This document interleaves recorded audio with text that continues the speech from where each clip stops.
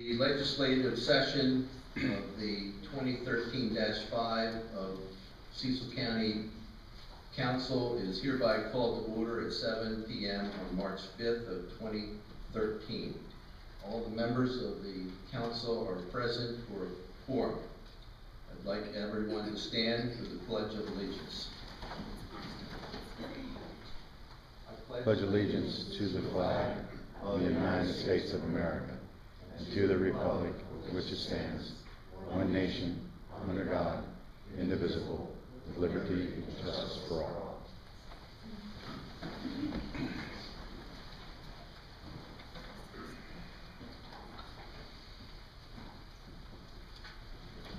Okay, the first thing that's on our agenda today is approval of our minutes. Council members, you have before you our minutes from the legislative meeting on February 19th of 2013. Are there any corrections or additions to the minutes of February 19th?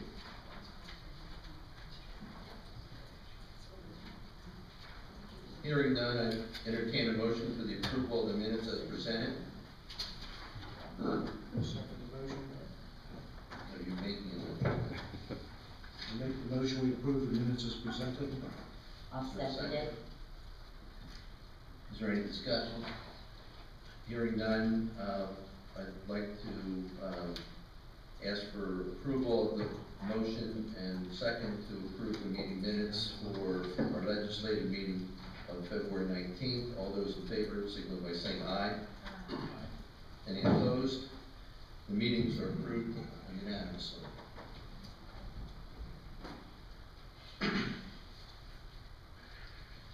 The next item on our agenda is public comments from the public. Is there anyone signed up? Yes. You read the name, please. Okay. Harold Mechanic. I'm going to pass. Thank you. Okay. Is there any other names? Is there anyone else that would like to speak to the council tonight? Okay, hearing none, we're going to move on to council comments. Is there any members of the council that would like to make any comments? We'll start with Councilwoman Bowlesby. I think that I made most of my comments during the work session and most of you were here, so I'll pass. Councilwoman Rommel.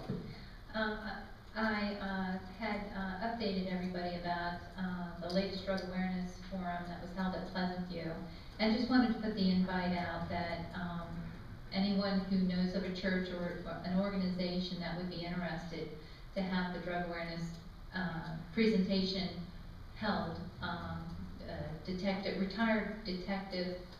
Retired Sergeant Gerald Widows is willing to go anywhere. Those were his words, to do the presentation, and I greatly appreciate all the time and effort he has put into putting that together. Also, Rising Sun Middle has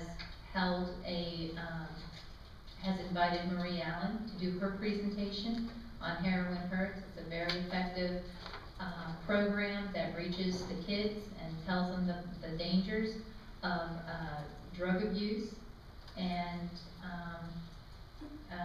would hope that she would be invited to our other schools in Cecil County. It just reminded me, looking at the minutes, I have followed up on Mr. Wayne Gilchrist, Congressman Gilchrist's invitation. I don't know if any of you remember, he had said, free cup of coffee, and he'll sit down and discuss ways that we can contact our federal representatives. We need to get their attention. The Conowingo Dam needs to be addressed now during the FERC relicensing. It's too big of an opportunity to pass up. It's been, I believe, over 70 or 80 years that the Conowingo Dam has sat there collecting sediment. It's one of our best collection tools on the Susquehanna, and if we get it cleaned out, it'll be good for another 70, probably less, or longer, because we're instituting measures up north to control sediment and runoff. That's all I have for today. Thank you. Councilman Dunn, do you have any comments? No. Councilman McCarthy? No comments this evening. Okay, I just want to welcome everyone to tonight's meeting. We have a lot on our agenda. I'm looking forward particularly to the next item on our agenda, which is a presentation from the Executive's Office regarding our proposed budget. So I'll introduce Director of Administration Al Wine to start it off. Good evening, Mr. President and council members. For introduction this evening is the County Executive's first annual budget and appropriations ordinance for FY 2014. Along with the annual budget and appropriations ordinance are three other components that comprise the complete budget package, and those are three other resolutions. The first being a resolution that will adopt the tax rate for FY 2014. The next resolution would adopt the capital improvement program from 2014 to 2018. And lastly, a resolution which would adopt proposed solid waste fees and wastewater fees that are incorporated into the proposed 2014 budget. You have seen the schedule that we will be following for specific budget meetings before the council, and those will, after tonight, will start again on March 12th with the college and the libraries, and proceed through April 23rd, between the 12th and April 23rd, with the rest of the submitting agencies presenting their operating capital budgets to the council. It's proposed that on May 7th, a public hearing will be held before the county council on the proposed budget, and proposed that formal adoption will take place on May 21st. As you know, we presented the budget formally to the council last Friday on May 1st. Tonight, what we would like to do, Mr. Whiteford will be providing a summary of the budget in brief, which is also required by the charter, which gives a complete and comprehensive overview of the operating and capital budget, the budget and appropriations ordinance as called for in the charter. So with that, I'll turn it over, with your approval, I'll turn it over to Mr. Whiteford for that presentation. Thank you, Mr. Wine. Mr. President, members of the council, welcome. As Al mentioned, last Friday we presented a rather comprehensive document to the council that was made up of a variety of pieces of the puzzle, as it were, making up approximately 368 overall pages of documentation, which we believe ultimately will provide an unprecedented level of transparency and will assist the council in its task as it moves forward over the course of the next couple of months, making decisions regarding the operating and capital budgets. Having said that, we took the opportunity to develop what we're calling a budget in brief. Essentially what that is intended to do is creating a financial summary that provides our citizens and our council with an overview of the operating and capital budgets, talks a little bit about how the budget is developed and what it ultimately means in terms of services to our community. Admittedly, this document was created during a process that packed probably 6 months worth of effort into as many weeks. So we anticipate that this document will evolve as budget processes become further refined towards ultimately the development of the strategic plan and operating plans for the government as well. Within the confines of this document, it also articulates the budget process and the budget calendar. It has some information that may be new to the public. It characterizes our major fiscal policies, which define the cornerstones of our financial management plan, an overview talking about the fund structure of our operating and capital budgets, Also, the document goes into some detail to include a variety of pie charts and summaries for the many county funds. Brief explanation of how revenues were projected and appropriation decisions were made. Also includes an organization chart for the county at present, and a summary of key elected officials and departmental staff that were critically involved in the budget process. Part of the package that we provided to the council this past Friday also included a letter from the county executive, which also laid out to a large degree many of the items which I will highlight here this evening. Some of the highlights associated with the 2014 proposed budget are that it was intended to provide meaningful tax relief to the citizens of Cecil County by proposing the property tax rate to be set at 0.9907, which is equal to the adopted tax rate for fiscal 2013. That's equivalent to a reduction of almost $4 million based upon what the constant yield would provide if the tax rate were set at the constant yield of $1.03.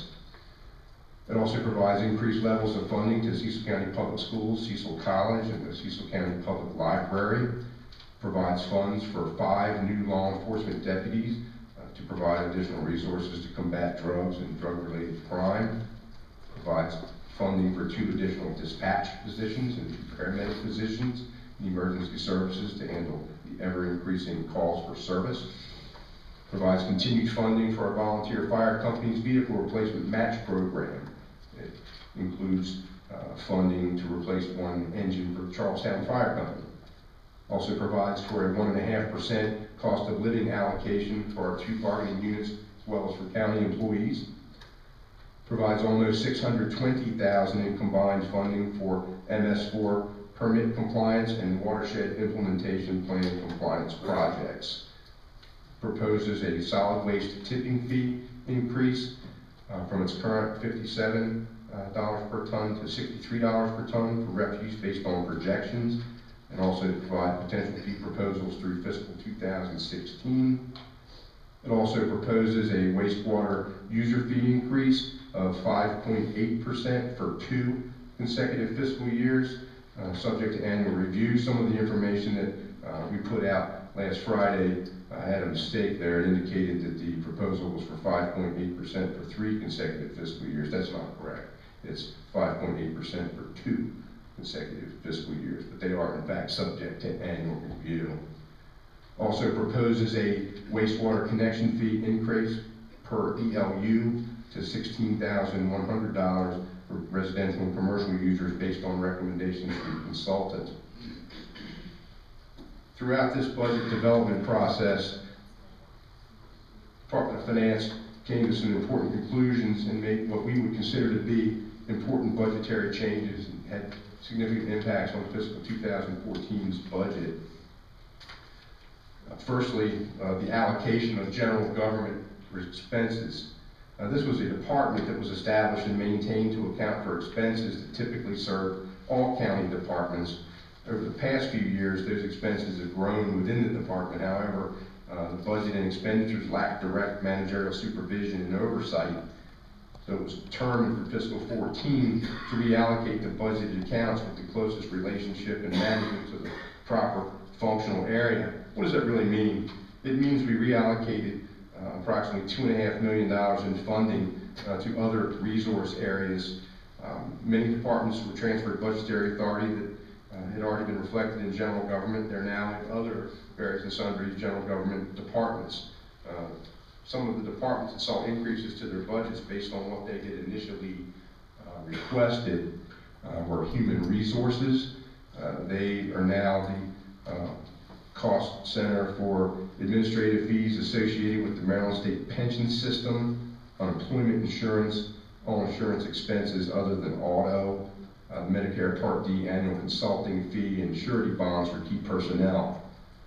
Under the Director of Administration, that is now the cost center for expenses associated with the administration building mail machine, some additional advertising budget for executive-related public notices, dues associated with general code, and special projects budget for items such as the Upper Shore Regional Council, Eastern Shore of Maryland Educational Consortium Energy Trust fee and the Elkton Crossing Guard grant have been reallocated to under the Director of Administration. In finance, the expense for the annual licensing fees for the county's general ledger of accounting software, also the expenses associated with the annual independent audit, the annual registered agent fees for the county's GO bonds, and the state fee passed to the county for the administrative support of the assessment office has been allocated to finance. For the county council, there had been an advertising budget under general government that was to account for notices for public hearings and the like. $20,000 more properly should be located for the county council based on some of their advertising requirements for associated with budget with public hearings and the like. I believe the budget request had asked for about $5,000 annually. That's not going to be sufficient, in my opinion. Administration, building maintenance, allocating expenses for some internet connections, been allocated to maintenance. IT department, all expenses for the county's landlines now transferred to the responsibility of IT. Central Garage Fund, expense for auto liability insurance for all county vehicles has been allocated to the fund, as well as all county departments are now picking up a piece of the prorated portion of the cost for basically post-employment health benefits.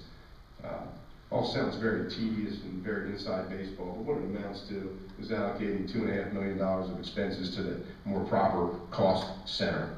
And that's an important distinction to make here. We also established a process of funding fleet acquisitions within our existing Central Garage Internal Service Fund. Basically what we've done is establish the concept of the fleet acquisition within the Central Garage as opposed to within the departments, because at the end of the fiscal year, essentially what the departments bore was a prorated cost of the depreciation associated with the equipment. A piece of equipment was supposed to last 5 years. If you look back at a department and ask them, the question was, what did they buy? Well, you really wouldn't be able to tell by looking at the annual budget. The expenses hit elsewhere. So this is to more adequately reflect proper accounting procedures, which will allow us to better manage the entire fleet. And the ultimate goal is to provide a meaningful reduction in our program maintenance costs, and also to more adequately enforce the time frame for acquisition of equipment.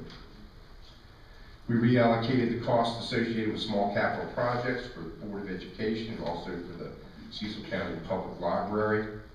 This budget also formally assimilates the Departments of Finance and Budget. It also creates a department to account for legal services, strictly to track the cost of legal representation at the direction of the county executive. The budget for legal fees incurred by the attorney will be budgeted within the legal services department. We transferred some major utility costs associated with the operations at the jail. They had been housed formerly in 2 separate departments on a prorated basis based on square footage.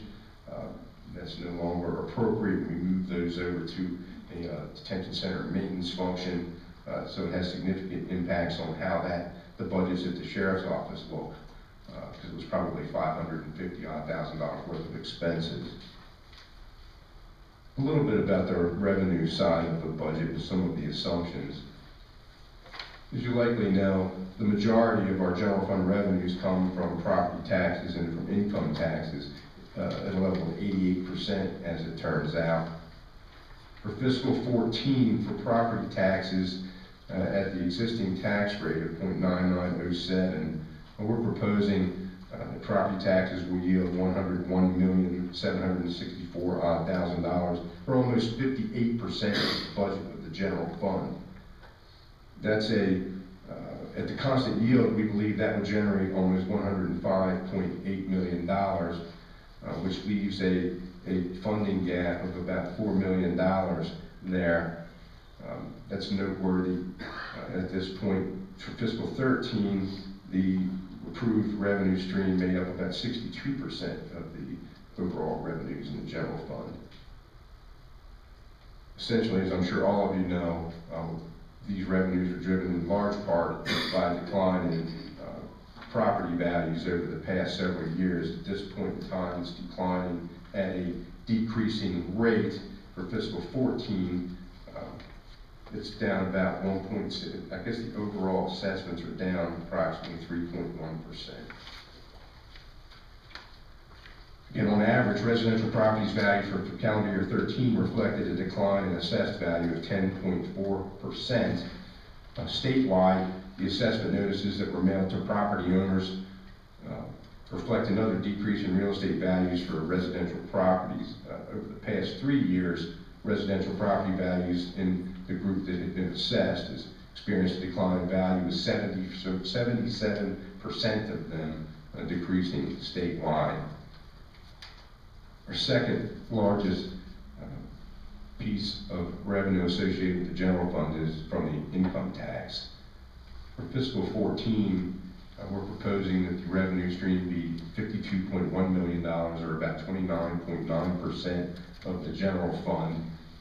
Income tax is calculated in Maryland as a percentage of net taxable income.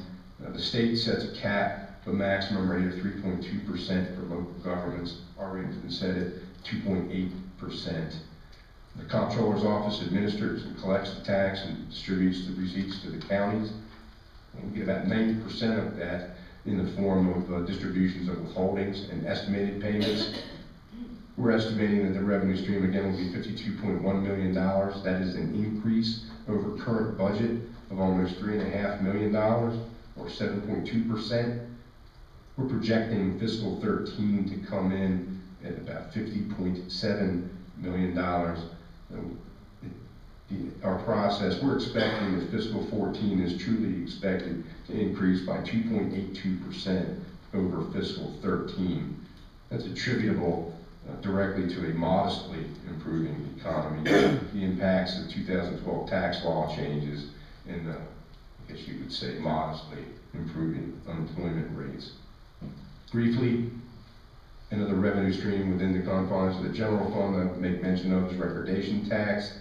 That is a tax on every instrument of writing recorded or offered for record with the clerk of the court, typically liens, deeds, or mortgages. Our rate is articulated at $4.10 per 500 of actual consideration, although most people tend to characterize it in the $8.20 per thousand. We're expecting that revenue stream for fiscal 14 will be at about $4.8 million. We're looking at fiscal 13 coming in around 4.7. There tends to be one project annually over the last 3 years that drives us to make the margins there. The last item of the revenues that I'll make reference to will be fund balance appropriated within the confines of this budget. Governmental funds report the difference between their assets and liabilities as fund balance. In fiscal 13, we appropriated $612,736 of unassigned fund balance. In fiscal 14, we appropriated $4,028,118 of unassigned fund balance.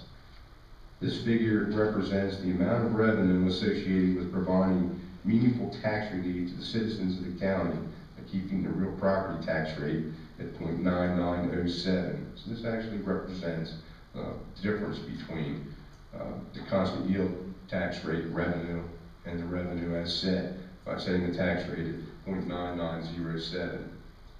The associated personal property tax rate is set to be 2.5 times the real property tax rate, which will be set at $2.4768 for fiscal 14. I did not intend to lead everyone through all of the areas of the document, but wanted to touch on some of the highlights and the basic tenets as they relate to the fiscal 14 budget process. Within the confines of the document that we presented to the council last Friday, there are approximately 6 reports in that document, 3 each of revenue and expense, which are generated from a Crystal Reports portion of our programming. They provide considerably different levels of detail in comparison versus current budget, and in some instances, 3 years worth of actual data dating back to fiscal 2010 for the council to just have a completely different measure of purview and reference. Should the council so desire, over the course of the next 6 weeks, as you meet with the various submitting departments and agencies, as you gain further insight into the budget, there may be other examples of reports that we can generate which provide an even further measure of detail for the council. It is also our intention that by the end of this week, we realize that many of the council members in their previous life as a county commissioner was familiar with reviewing some of the budget documentation that was presented by the departments and agencies. We do in fact have that in our possession and are just making sure that it matches with the areas that were altered from the requested budget to the proposed budget. Those will be posted available on the county's website by the end of this week as well. So that should also provide some level of assistance in getting further into the weeds as to the individual department requests as they may arise. Again, as Mr. Wine had mentioned, this was quite a challenging process to do what I believe to be a great many items in a short period of time. We've provided documentation within the document, what we received this evening in reference to the capital improvement program, and we would expect also over the course of the next 6 weeks as the departments and agencies come in to talk about their operating budget, it's probably a fine time for them to talk about their capital budget as well. So at this point, I'll draw to a close. Robson, do you have any comments this evening? No, I think one of the things you've done is introduce a lot of material for people to go home with. It's not something that you can look at during the snow that we may or may not get. I do think it's what we've tried to do in the package that council has received along with the budget and brief is try to review some of the assumptions that have been made in the past. Part of the changes we've made to the garage fund, to the allocation, to the movement of expenses from a general on non-supervised area to move the expenses into individual departments so that there actually is a supervisor held accountable for each of those costs. Those efforts and the reports, we changed the reports. We purposely tried to expand them so that there's the ability of council and the